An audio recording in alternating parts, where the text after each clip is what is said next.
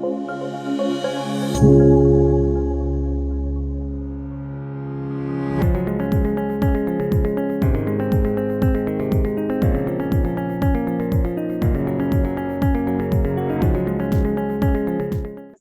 Elaine Murphy, as Sherry said, and I have been a naturalist for quite a few years. I've been a bird watcher for going on 40 years, and I've been teaching nature classes for the Tualatin Hills Park and Recreation District. I did that for a long time. Currently, most of my nature work I'm doing through the Backyard Bird Shop, which has free bird walks and classes for people, so you might want to check out their website for upcoming events. And I am really happy to be talking about birds, especially during the pandemic. It's been wonderful to be able to get out in nature. The Portland, Vancouver area has so many wonderful places to visit. So we are going to start out by talking about some of the most common birds that we're going to see in this area. And when I had one of my very first early bird classes, it was a Thursday night at 7:30, and I was looking through my slides and I said, oh, I have to talk about that bird. So I picked out 40 slides. And when I finished showing the slides, I had to wake everybody in the room up. So tonight, we're only going to see about a dozen of the most common birds you're going to see in your backyard or in your neighborhood, but there are lots more out there to be seen. So Sherry, you can start the slides. This first bird is the downy woodpecker. We got several different kinds of woodpeckers. This is one of the smaller woodpeckers. When you look at a field guide, they'll give you the measurement of the bird, and the measurement is from the tip of the beak to the tip of the tail. So the downy woodpecker measures 6 3/4 inches. With birds, you can't always tell male from females by looking at the feathers. Some birds look exactly alike, both males and females. With woodpeckers, the difference between male and female very often shows up as a little splash of red. So the red on the back of this head, the head of this bird, indicates that it's the male downy woodpecker. Downy woodpeckers in nature, they peck on wood for 3 different reasons. A primary reason is finding food. They look for insects in the bark of the trees. They also do it drumming. They make a lot of noise to attract a mate and to advertise their territory, and also to excavate a nest hole. They also, to come to your yard, they will eat suet, and we will be talking about the different kinds of food that birds eat that we can offer them. So we'll talk about suet a little bit later. Next slide. This is the northern flicker, and this is a very common woodpecker. It's actually a fairly large bird. It's larger than a robin. The flicker measures about 12.5 inches from the tip of the beak to the tip of the tail. Once again, this is a male flicker. He's got the red mustache. And although we think of woodpeckers as always being on trees, flickers are very often on the ground. They might be feeding in your lawn. They eat a lot of ants.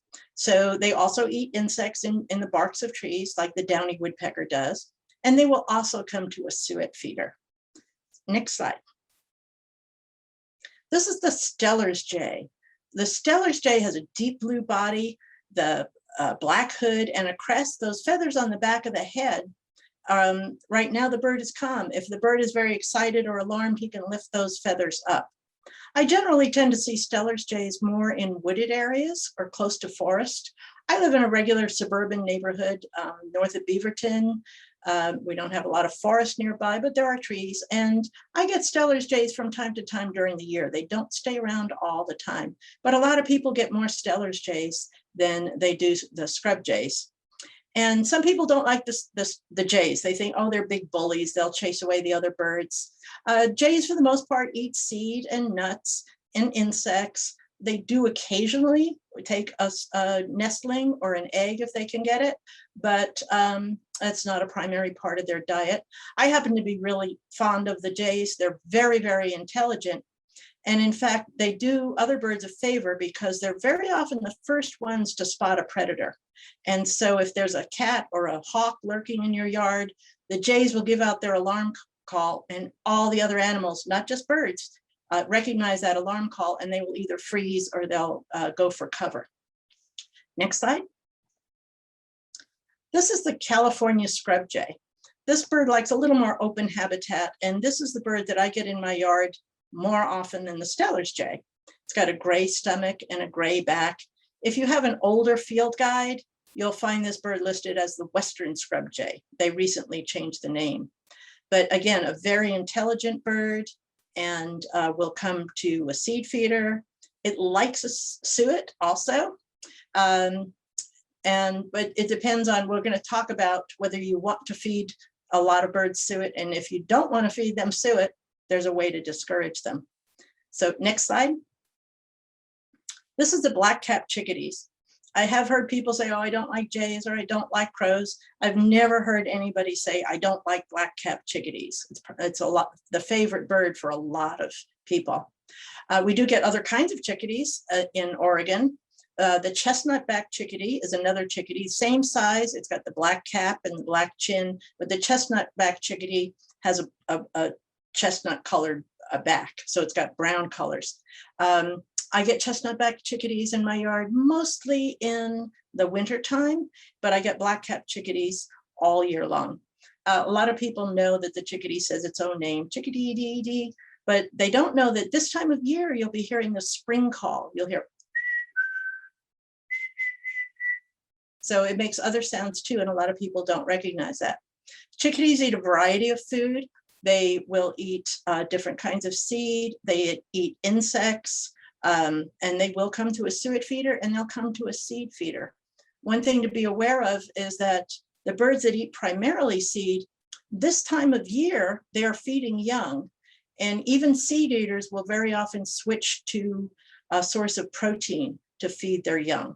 So chickadees eat a lot of caterpillars and can be a really good thing to have in your yard in terms of protecting your plants from harmful insects. So next slide. This is the American robin. A lot of people think of robins as, well, I can't wait to see the first robin. It's a sign of spring. That's not true in Oregon. In Oregon, we have robins all year long. They're kind of a mixed bag in terms of migration. We have some robins that spend the whole year here. We have other robins that pass through on their way south for the winter, and other robins that pass through north on their way for the summer. But they are here all year long. The robin is a good standard for size. If you're just learning to identify birds, you might not know, well, what's 6 inches, what's 10 inches, what's 12 inches. But a lot of people are familiar enough with the robins to know about what size a robin is. So if you see a new bird that you don't know right away to identify, you can compare it. Well, is it smaller than a sparrow? Is it smaller than a chickadee? The black-capped chickadee is 5 1/4 inches. Is it about the same size as a robin? The robin from beak to tail is about 10 inches. Is it larger than a robin? The flicker is larger, it's 12 to 12 1/2 inches. So if you're not familiar with a bird, compare it to a robin, and that might help you to be able to identify the bird if you try to look it up later on in a field guide. Robins are not seed eaters. They do eat fruit, and everybody knows they eat worms, so they eat different kinds of insects and fruit.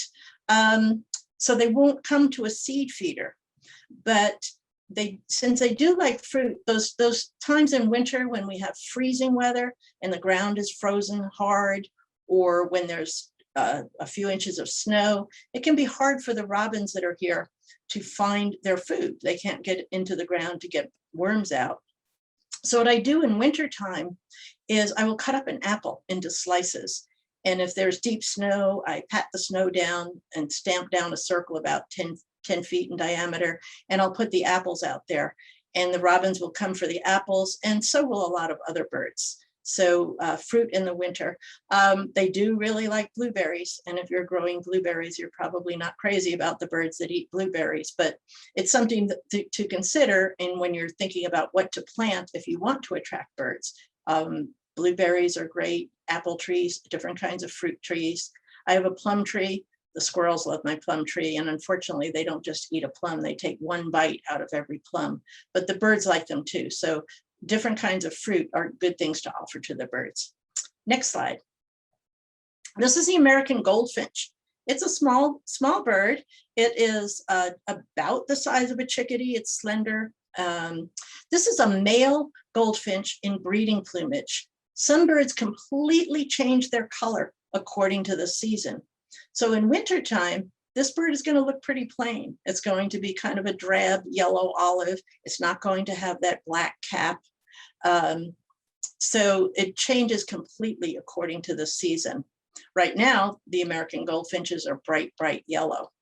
And they are seed eaters. And in nature, they will also eat insects. Generally, if you look at the beak on this bird, it's got a fairly thick beak.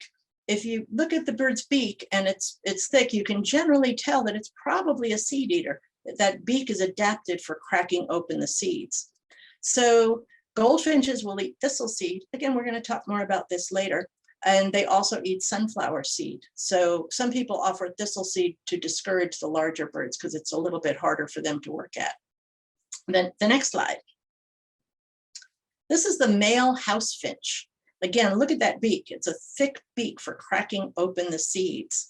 And the house finch, it looks very much like the purple finch, which we also have here. But if you look at the top of the house finch's head, he's got a brown cap.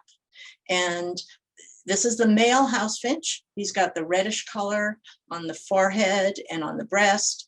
The red on the house finch is highly variable. Some house finches have a really deep color. Others look almost more yellow or orange. And it's a different shade than the purple finch. The yellow or orange coloring they think might be young birds who have a different diet. They haven't gotten the red coloring yet. So the next slide. This is the dark-eyed junco. This bird generally is a ground feeder. Some birds prefer to feed up higher in the trees. Other birds tend to feed on the ground. So juncos generally feed on the ground. They also nest on the ground. Juncos are kind of changing their patterns a little bit. I used to see juncos only in the wintertime. And it wasn't that they weren't in this geographic area, but some birds migrate not by north and south, but by altitude. So some birds are around in the Willamette Valley in the wintertime, but they go up into the hills and mountains higher up for nesting. And that used to be the juncos. I never used to see them except in the fall and winter, maybe very early spring. But they are changing their patterns a little bit, and more juncos are staying down in the Willamette Valley for nesting season. So I still have them in my yard. This is the male junco, and he's got that dark head and a darker gray. The females very often with birds, and the robin too, they have the same color pattern as the males, but they're just not as bright. They look a little bit faded. So the junco is primarily a seed eater again, but will eat insects as it can get them, and you'll find it close to the ground. The next slide. This is the song sparrow. The song sparrows got that black spot, and generally I have them all year long in my yard, and they do sing fairly regularly. They have a pretty varied song. I have one song sparrow that's been coming back for a couple years now that I think he's going to launch into Beethoven's Fifth Symphony. By the way, he starts out as, and then he goes into a variety of sounds. So they make a variety. They will come for seed. They're seed eaters. They also eat insects. I have dried mealworms, and the song sparrow has been coming for the mealworms too. And they tend to nest low to the ground and feed not too high up in the trees. So the next slide. This is the spotted towhee. If you have an older field guide, you'll find that it says rufous-sided towhee, and rufous refers to the orange color. But now they split off the eastern species from the western species, which we get here. And ours is a spotted towhee because of spots on the wings. And the eastern towhee is split off into a separate species now. My husband is not a birder, and it took him years to be able to distinguish a towhee from a robin. The towhee is about 7.5 inches long, so it's not as big a bird, and it's not as bulky. And again, it tends to be close to the ground. You'll see it doing a lot of scratching and hopping in leaf litter. And when it does that, it's trying to uncover seeds or insects. And I was hiking in Pennsylvania with my daughter one time, and it was October, a lot of dried leaves. We were out in the middle of nowhere, and I heard all this noise, and I thought a bear was coming. And so I was trying to find a place for my daughter to climb a tree. Turned out it was a towhee. It was just scratching so much through so many dried leaves that it was making a lot of noise. The next slide.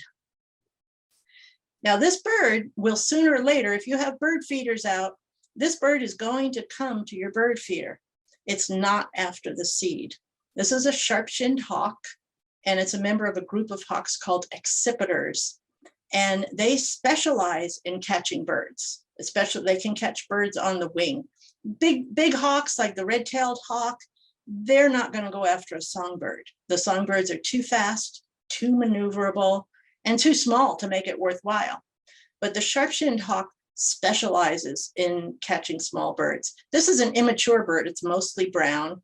There is another accipiter that's common in this area, the Cooper's hawk. And it's easier to tell an immature bird from an adult bird of both species than it is to tell a sharp-shinned hawk from a Cooper's hawk. They look very, very close. And sometimes I can't be sure which one I'm seeing. The sharp-shinned hawk, though, again, is a very small hawk. It's smaller than a crow. With birds of prey, very often the female is larger than the male. So with birds of prey, you'll find they give a range on the sizes. So sharp-shinned hawks are listed as 10 to 14 inches. So the male sharp-shinned would probably be closer to 10 inches. The female sharp-shinned would be closer to 14 inches. Well, the Cooper's hawk ranges from 14 inches to 20 inches. So a large female sharp-shinned would overlap with a smaller male Cooper's, but you can get both of them in your yard. I tend to get them a little more often in the wintertime, and I had both sharp-shinned and Cooper's hawks in my yard this winter. And because the birds do prey on smaller birds, we're going to talk about where to place your bird houses and your bird feeders to give the birds a chance to see the sharp-shinned hawk coming or the Cooper's hawk coming. Again, the jays are very helpful with that. The jays will spot the hawk and they will give a warning, which other birds recognize. The other thing to watch for is the behavior of crows. There's a behavior called mobbing behavior, and that the crows will make a racket. They are very loud. You can usually tell, even if you're not familiar with bird song, you can tell when a bird is giving an alarm call. It's high-pitched, it's agitated, it's fast. So the crows will dive bomb a predator, a red-tailed hawk sitting in a tree, the sharp-shinned hawk or the Cooper's hawk. They will dive after it and chase it. And so watch the behavior of crows. And I've actually gotten some of my best great horned owl sightings by watching the behavior of crows. So another thing is, if I look out in my backyard and nothing is moving and I don't hear a sound, then I start looking around for the hawk. There's probably one there. So we are going to talk again to how to give your birds a little bit of an edge when dealing with these hawks. And that is the end of the slide. And we are now going to talk about feeding birds. The first thing I think people think of when they think of feeding birds is seed, bird seed. And there are different kinds of bird seed and different kinds of bird feeders. Probably the most common seed that people are going to feed birds is black oil sunflower seed.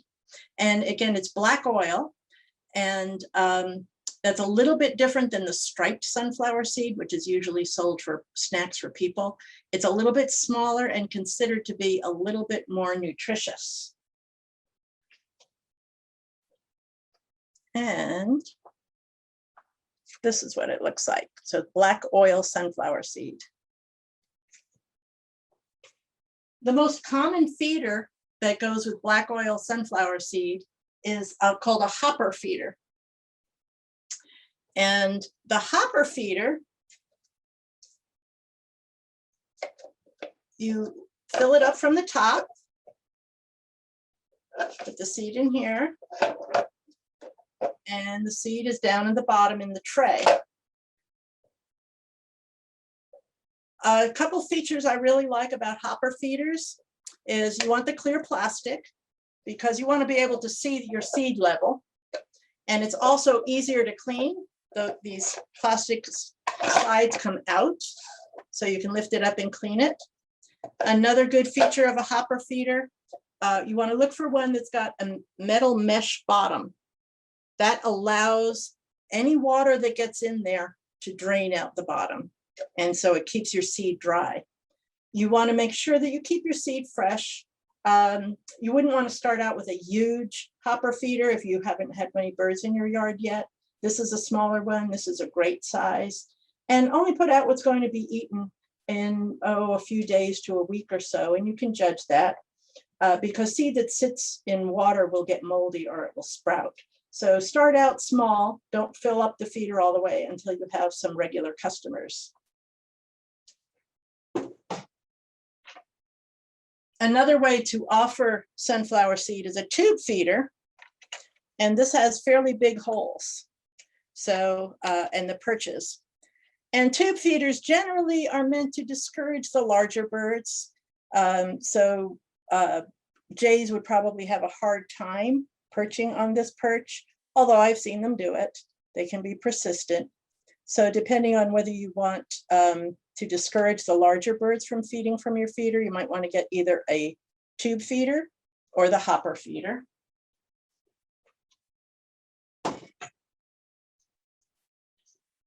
One thing you don't want to do is when I first got my seed feeder, I went to a department store and I got a bag of 5 pounds of inexpensive seed.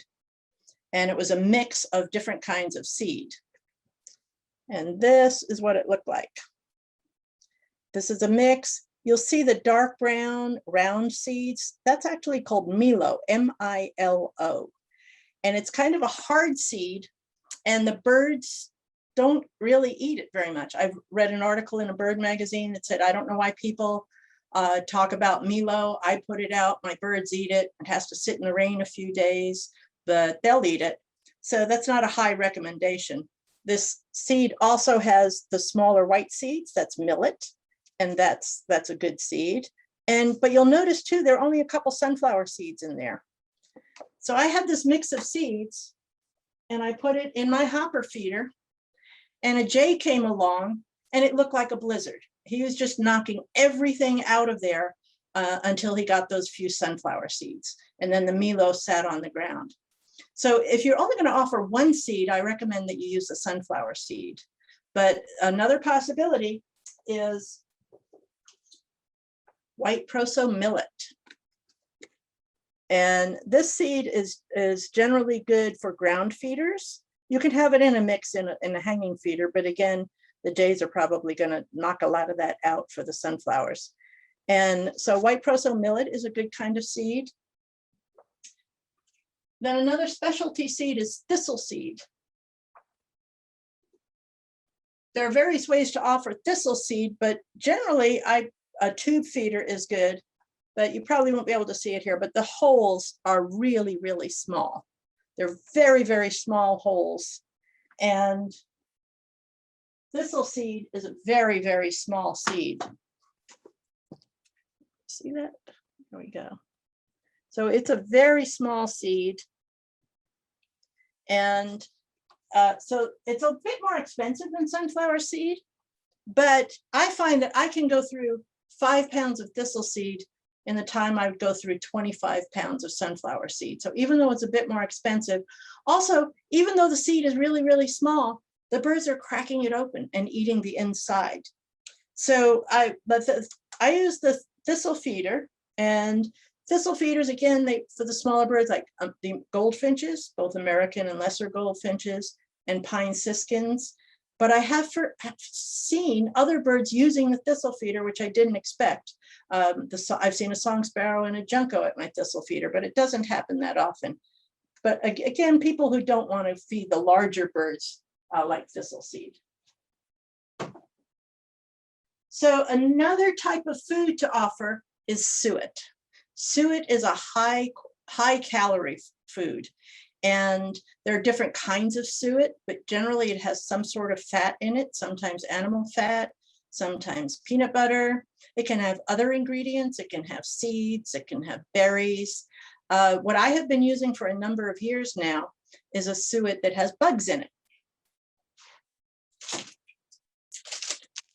It's called Just Bugs, and it does have a number of different kinds of bugs in there. And the last few days, I've been having a wonderful time because I have chickadees nesting in my nest box, and I've seen this in prior years also. They come to my suet feeder, and one adult will pick a bug out of the suet, fly over to the birdhouse and fly right into the birdhouse.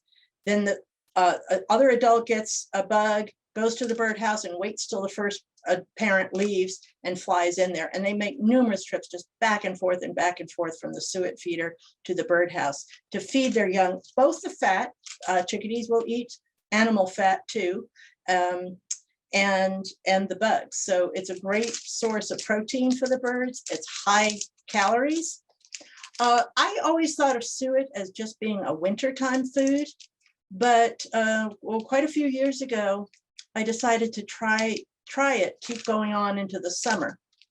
Once again, as with seed, with everything else, your customers are going to diminish a little bit in the summertime because there's an abundance of natural food. But I have a corner of my yard that never gets direct sun. It's heavily shaded, and so it tends to stay cool. So I left my suet feeder out till later in the year, and I got to see a flicker bring its babies to the suet feeder. They just lined up on the trunk waiting for their turn to get at the suet feeder. Now, ways of offering the suet. The least expensive way is to get a cage, a very simple cage, and then you open it up and you put the suet cake in there. And that's what I did when I first got my suet feeder. I tend to be a little bit on the cheap side. So I got just the basket and I put the suet feeder in there. Well, the problem with that is that a lot of different creatures like suet, and a lot of different birds like suet. Starlings are a fairly good sized bird. They're not native. They can be very aggressive. And so very often they'll compete with native birds for nesting sites. They'll drive them out of a birdhouse. And most people don't want to feed starlings.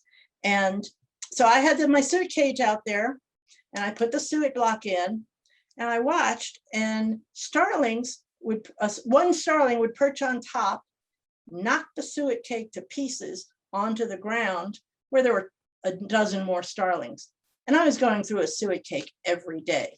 So that gets to be expensive. And also it makes it hard for the birds that you really want to get to your suet feeder to be able to get there, because the starlings are always monopolizing it. So nuthatches, chickadees, bush tits, woodpeckers, all of these birds like suet. But all of those birds, their feet are adapted for clinging. So they can cling vertically on the sides of the suet feeder. The starling's feet are adapted for perching, not for clinging. So the starling will get on top, but it can't really cling. So what I did, because I thought, well, this will work, I turned the suet feeder this way and put the suet block inside. And then I put a pie pan down on top of it. The pie pan covered the top, and the rim of the pie pan kind of gave a little bit of a barrier around the sides. So now starlings could not get at the suet feeder from the top. They could get at it from the bottom, but they could only cling for a couple seconds. A woodpecker could hang upside down for 10 minutes. But so it really did slow the starlings down. But with the suet feeder out there and a pie pan on top, when my husband came home, he said, "What's that trash hanging from the back tree?" A pie pan over a cage didn't look that attractive. There's an easier and a more efficient way to do that. This is what's called a starling resistant suet feeder. So you fill it from the top, lift it from the top, drop the suet cake in there. Now, nothing can get to it from the top, and nothing can get to it from the sides. So the only way to get to this feeder is from the bottom. The starlings still will try. They will fly up. They might cling for a second or two. You'll see crows come up. The scrub jays will eat suet too, as I mentioned earlier. But they're not good at clinging. I did one time have a scrub jay that must have been weightlifting, because he would cling on there almost as long as a woodpecker. So I would not call anything starling proof any more than I would call something squirrel proof, but they are starling resistant. And that is another thing, is that squirrels love birdseed and they love suet. And I had a wooden suet feeder, and the squirrel ate not just the suet, but he ate the suet feeder. He stripped the edge all around the bottom till the grate fell out. He had the suet cake down on the ground. And so I tried, again, I mentioned I'm cheap. I tried making my own baffles. Baffles are like umbrellas or different kinds of barriers to keep the squirrel from getting there. And I made a series of 5 different baffles. I made a big disc. I used one of the dome-shaped squirrel baffles. I put the liner from a houseplant upside down, drilled a hole through it. So the squirrel in no time at all would flip from one to the other, and down and get the suet. So I finally got a little frustrated and I went to the bird shop and I said, you know, I need to deter these squirrels, and the regular squirrel baffles are not working. So what they recommended, I'm going to step back so you can see the shape of it.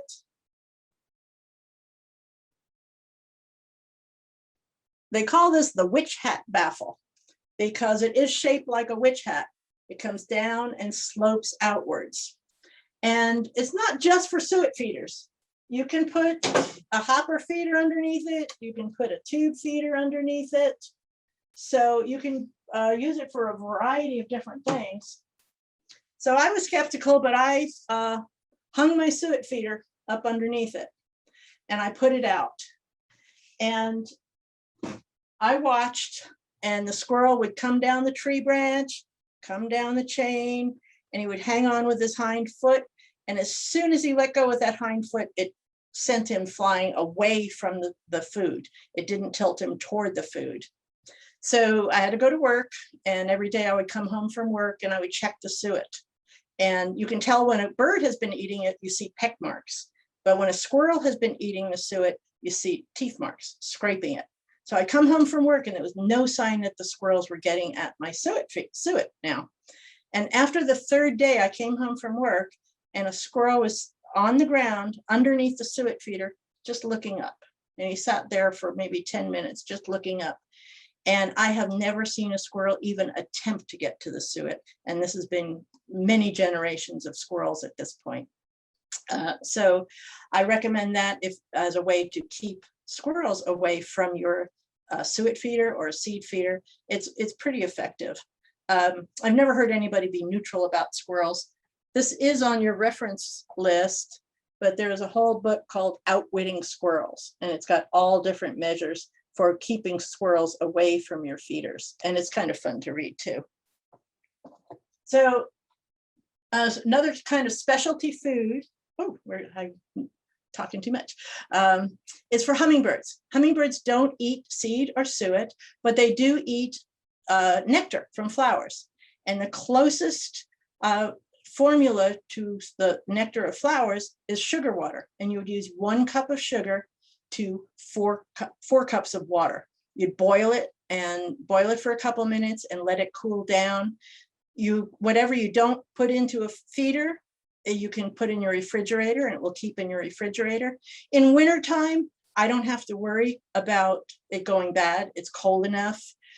In summertime, it can spoil more quickly. So I don't put out more hummingbird solution in summer that's going to last 2 or 3 days. You want to watch, make sure the solution doesn't get cloudy and that it doesn't get moldy.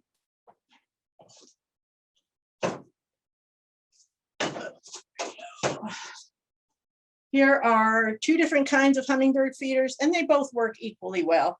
This is kind of like a flying saucer, and this is a bottle feeder. So both of these work, and I just use them interchangeably.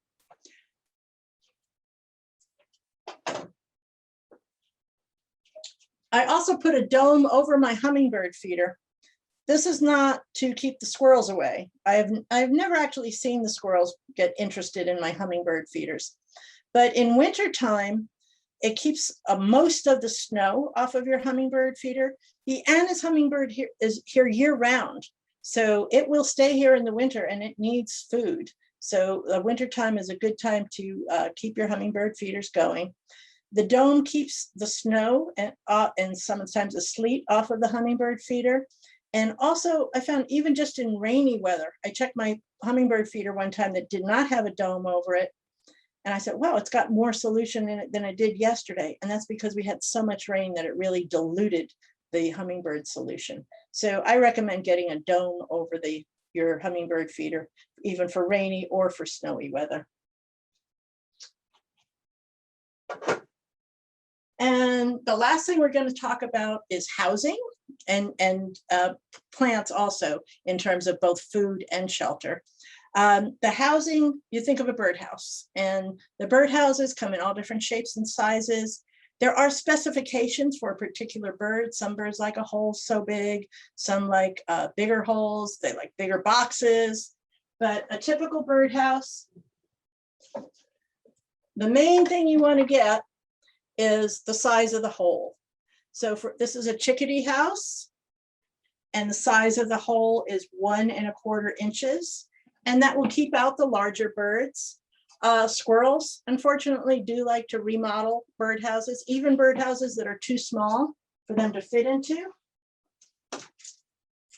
So the bird shop does sell metal plates that will fit right over the hole, because squirrels do not like to chew on metal. So if you have a birdhouse and you have squirrels in your neighborhood, you may well want to get a metal plate to put over it. I learned the hard way. The squirrels had started chewing on that hole, and I thought, well, I've got to get a metal plate. I'll do it tomorrow. Well, when I got home from work the next day and I hadn't gotten the plate, they made a hole so large I had to get a whole new front piece for that birdhouse. In terms of placement of your bird houses and your bird feeders, you want to have some cover nearby. I always hesitate to say to master gardeners that if you leave your yard a little bit scruffy, if it's not really manicured, it's better for wildlife. So when that hawk comes in, the birds need a place to fly into. I have one corner of my yard that's a dense tangle of flowering quince and blackberries and shrubs. And on the other side is where I had my feeder, and the neighbors had a big scruffy bush hanging over the fence. And whenever the hawk came in, that's where the birds dove. They dove right into that, the big bush by the fence. Well, we got new neighbors and they cut that down. And now there's no shelter around where I used to have my feeder. And the birds quit using that feeder. So they have to have some shelter nearby where they can fly for protection from that hawk. But also, you don't want a whole lot of brush or high grass on the ground underneath your feeder.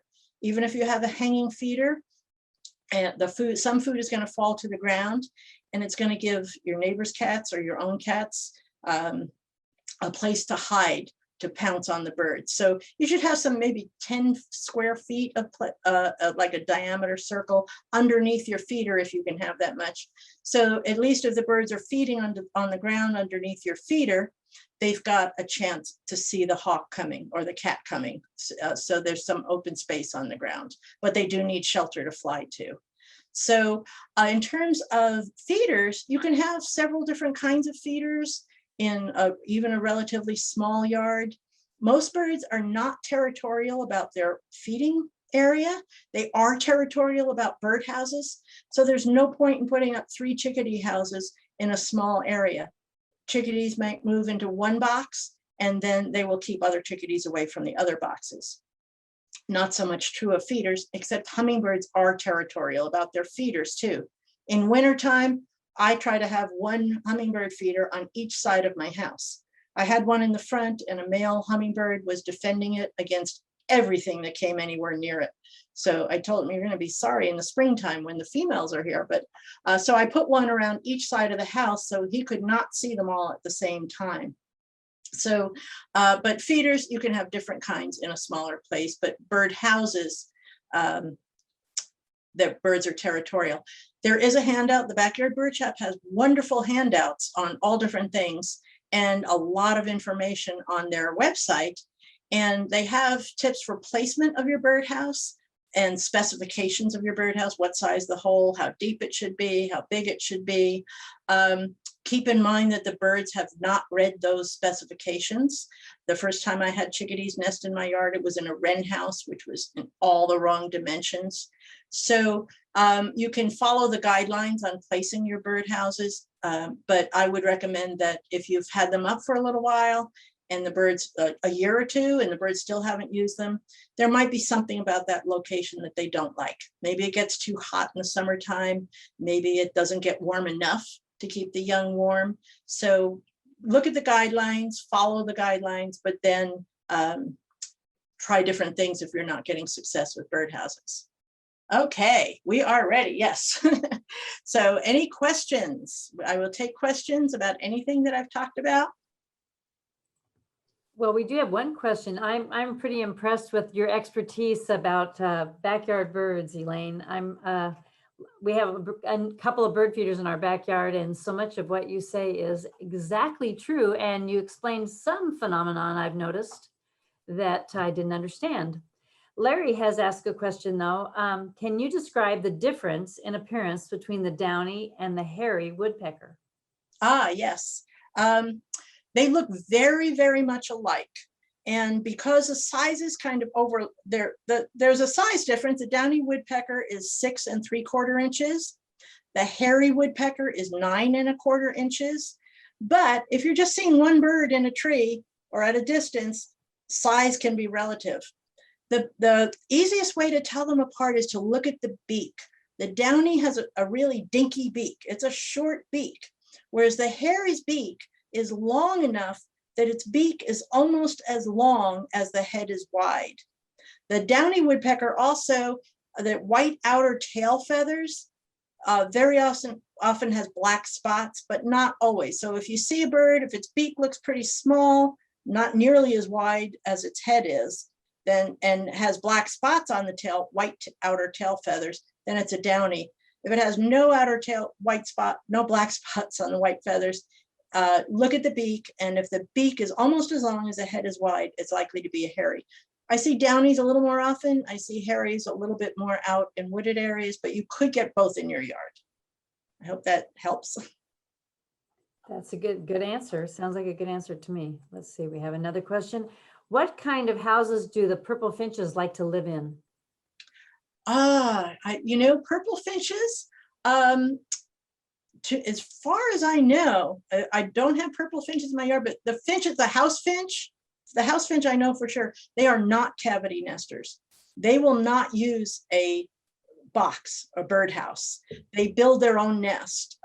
Robins are not cavity nesters too. What you sometimes can do to encourage robins is to put out a shelf like underneath your eaves. House finches, I know, have built nests in hanging plants. So, but another thing that you can do for birds that are not cavity nesters is to offer nesting materials. Whatever kind of nest that a bird builds, it usually lines the nest with something soft. Most birds that when they hatch, they don't have feathers, and so they need to keep warm. The parents will incubate them, but when the parents leave to get food, they need to keep warm. And so I'm glad you brought that up because I forgot to mention nesting materials. And this is a ball of, I think it's alpaca. It doesn't say, but the Backyard Bird Shop has various kind of hair nets, and you can just put this out like this and the birds will pick the fur or hair or wool from it. They also rip apart my coconut liners of my hanging feeders. They just pull them apart. When my daughter and I were young, when my daughter was young, we both had long hair. In the spring, we would make a point of cutting our hair a couple inches and putting it out, and the birds would gather it up. So even birds like purple finches and robins, they line their nests with something soft. So even though they won't use a box, they might come for nesting material. Birds have also been known to pull fur out of a sleeping cat.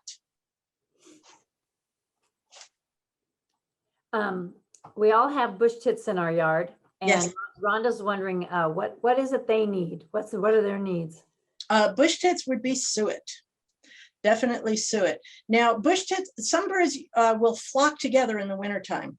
So in the wintertime, I can watch bush tits go from one tree to another and count 30 bush tits. But because birds tend to be territorial, once they pair up, they're a male and female, and they're nesting, you're not going to see big flocks of bush tits anymore. Early on, when I had just the cage of suet, I was changing the suet and I was holding it in my hands, and I just put the suet block in, and the bush tits came in and they covered the suet feeder. It's just right in front of my eyes. So suet is the best thing to attract the bush tits, to have them in your yard. That is my favorite thing to see, are all those bush tits in the suet. They are so Yes. darn cute. Yes, you can get, it looks like a furry ball with tail sticking out. It's so cute. Okay, Don asked a very good question. I'm glad he asked it. A couple of months ago, warnings were issued in regards to bird feeders and salmonella. Is this Yes. an issue? Yeah, pandemics can go around, circulate around birds too. Pine siskins are known for getting susceptible to the spread of disease. And this can happen. Pine siskin populations have fluctuated, and it did happen this past winter. You can tell when a bird is sick, even if you don't know anything about birds. Birds fluff out their feathers to keep warm. That helps to insulate them. And a bird that's sick is going to be fluffed out. Its feathers are all going to be out, and it's not going to be moving around very much. So, and if you find a dead bird near your feeder, or if you notice birds are sick, then you want to be particularly careful. You want to keep your feeders clean at all times, but usually that doesn't amount to much unless we have really wet weather and the seeds are getting moldy or sticking together, but just put less out. But if you notice sick birds, what you'd want to do is take your feeders down and scrub them with a 10% bleach solution, or soak them, make sure they're really, really clean, rinse them even more. And what sometimes can help, then usually if you leave your feeders down for maybe 2 weeks, you can try putting them back out again. I think one recommendation, and actually someone from the bird shop wrote in to correct them, was one recommendation, I don't know whether it was the Oregonian, said take them down and leave them down. You just don't put them out again. That's not necessary, but you do want to keep them clean and make sure when you clean them that they're rinsed and dried before you put them back out. Same thing with bird baths. I talked so much I didn't get to the water aspect, but a lot of birds that don't eat seed or suet will come for water. And if you have sick birds, you want to make sure your bird baths are clean also. So okay. A 10% bleach solution, and don't use soap in a bird bath. Soap will break up the oil on the bird's feathers. And so you'd have to be really so careful to rinse it. It's just not worth using soap, but maybe a 10% bleach solution, and rinse it several more times than you think is necessary. Rinse it a few times and then rinse it a few more times. So you want to make sure you don't have any cleaners left over on either the feeders or the water. That's a perfect segue. Linda wants to know about bird baths. Are there any guidelines on the dimensions of a bird bath and the placement of a bird bath? The suggestion on the placement of bird baths is the same for seed, in that you want to have some shelter nearby. A very wet bird is going to be a little bit slower than other birds. So the bird needs to, if it's at the bird bath, it needs to have some shelter to fly to. So some shrubbery close by. The dimensions, the diameter doesn't matter, but one thing is you don't want it too deep. And during the winter time, I have used the dishes that go underneath houseplants to catch the drips to use as a bird bath, because then I don't have to worry about my concrete bird bath cracking in freezing weather. So I would fill the plant liner with an inch or two of water. That's one thing, don't make it too deep. And you don't want to substitute like a ceramic bowl with steep edges, because that's too slippery. The birds need a grip. If you had something that might otherwise work as a bird bath, but it might be too deep, then you could put pebbles in it, or just not fill it up as much. If it's too sloped, put gravel or pebbles in the bottom of it. But how big across, it doesn't matter. But just don't make it more than a couple inches deep at the center and more shallow areas. Okay. Jana wants to know, pine siskins continue to fly into her windows. She's drawn lines 4 inches apart down the windows. She has decals. Why are they the only birds who fly into this window? That's a good question. Yeah, it sounds like you're doing everything right. When birds fly into a window, usually what happens is they're seeing a reflection of sky or trees, and they don't know that they can't go through. And so they try to fly through. A lot of times when a bird hits a window, it's just stunned and it's not necessarily killed, but they do get injured and hurt too. What if you've already put strips up, just anything to break the reflection might help, but it sounds like you're doing everything right. You could try temporarily. Pine siskins are probably going to not, I don't know. I've learned not to generalize too much in terms of what I see in my yard. I generally do not see pine siskins in the spring and summer. The ones that my neighbor had, she had a lot of them in the winter, they have kind of moved on. So it might be a temporary problem. What else you can do other than you're doing? Again, streamers, maybe something that flutters a little bit in the wind. But if you're putting lines on the window to break up the reflection, you're doing the right things. Okay, and a question about plants. I see Nandina is on your plant list, but there's been a lot of discussion about whether it is toxic to songbirds. Oh, is that on the owls list? Uh, Probably is. It could well be. Yes, yes. Okay. Well, that is a good question, because I'm not familiar with all of the plants that are on that list, but that would be something to look up. Yeah, Nandina gets red berries on it. I'm sure it's very attractive to birds. Toxic. Okay. I will have to look that up, because the list from owls is not, I'm not familiar with all of those plants. I didn't talk about plants at all, really, but in my yard, I have Oregon grape, which is great. The berries are great. The flowers bloom early, so it's great. I also keep mason bees. So, and I've seen hummingbirds feeding from the Oregon grape. It's an early flowering plant. I've had flowering currant, but I'm not a master gardener. I've managed to kill 2 of them so far, which amazes me, because I see them growing wild by the roadside, and yet I get them home, I take care of them, and I kill them. But the hummingbirds love that. But again, I'm not familiar with all of those plants on there. Rudbeckia, obviously, black-eyed Susan, they like the seeds, but I would suggest looking up the Nandina. And this is the lists are suggestions. So you probably don't want to get anything until you're sure. I will just very quickly hold up. These are on your reference list. This was published. This is called Naturescaping, and it was published by the Oregon Department of Fish and Wildlife. And it has lots of wildlife information. Can't really get it easily. It's got lists of plants, and I would trust their source. But again, you might want, if you're really considering a plant, you might want to do more research on it. So this is on your list of references. When it comes to planting, you would like to get native plants if you can. Metro, and this is downloadable on the internet. This is put out by Metro. It's native plants for Willamette Valley yards. It's a booklet if you can find it. Some nature centers have it, but you can also download it online. Garden Smart Oregon, a guide to non-invasive plants, and they usually list what wildlife likes to eat it. And then the Portland plant list, which is also online. We do have 2 final questions for you. Okay. One from Kelly. Is there any way to protect the nests of ground nesting birds? That's a good question.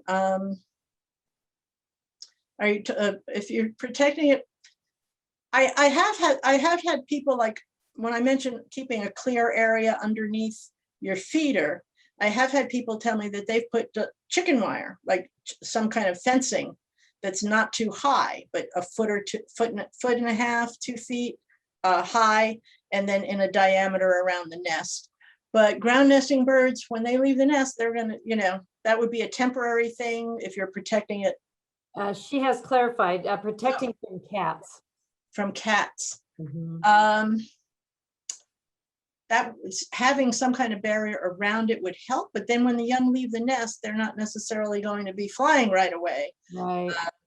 So that might make it, the parents can get in to feed them and get out.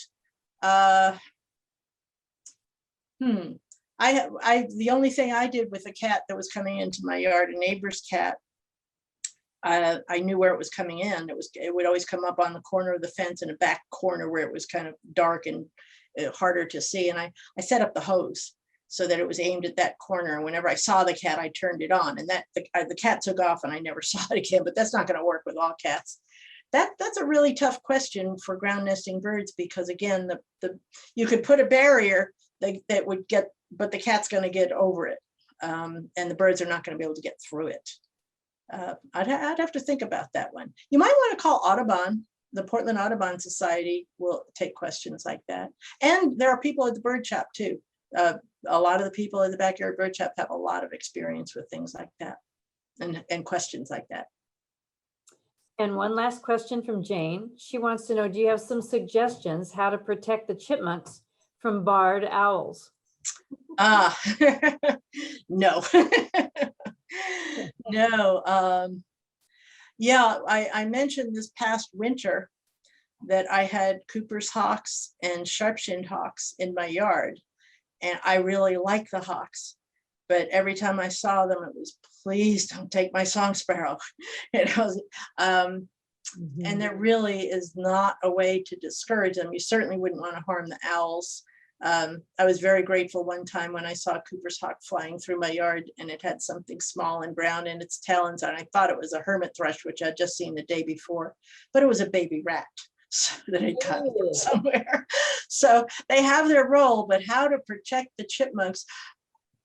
Yeah, barred owl, that's a tough one, because most owls are nocturnal, but barred owls and chipmunks are diurnal. They're active during the day, but barred owls are very often out during the day. They are very active during the day. So, well, to protect them, just give them shelter. Give them, like, if you're in a position, like if you've got a large enough property where you have a snag with holes in it, leave the snag up. You can't really do that in a suburban yard.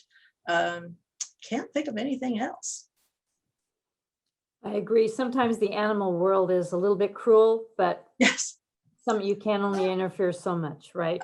I was leading kids on a trail one time, and a baby robin, you can tell a baby robin because it has spots on the breast, and it was on the trail, and a couple adults were giving alarm calls, and I thought it was because of me and my group of kids, and a Cooper's hawk came down and grabbed the baby robin.